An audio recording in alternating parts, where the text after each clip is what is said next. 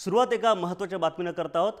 मालवण तालुक्यातील वायरी समुद्रात किनाऱ्यावर 8 विद्यार्थ्यांचा बुडून मृत्यू झालेला आहे।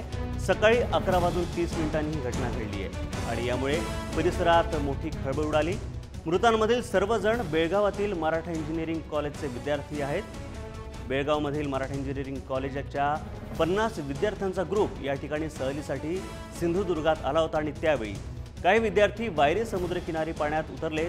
समुद्राला भरती आल्यानं त्यांना पाण्याचा अंदाज आला नाही आणि त्यामुळे ही दुर्दैवी घटना घडली आहे। या दुर्घटनेत 5 विद्यार्थी आणि 3 विद्यार्थिनींचा मृत्यू झालेला आहे, तर बुडालेल्या इतर 3घांना वाचवण्यामध्ये यश आलेलं आहे। मात्र एक जण गंभीर आहे।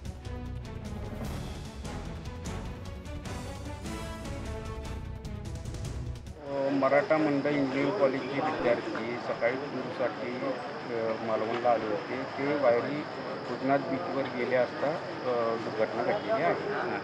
किती जण आलेले ती एकूण 47 जणांची नावं आहेत। अजून निश्चित किती जण होती ते म्हणजे टूरसाठी किती जण आलेली माहीत नाहीत। 47 जणांची नावं आहेत आणि त्यातील 8 जण त्यामध्ये गेलेले आहेत। कुठे घडली घटना? वायरी।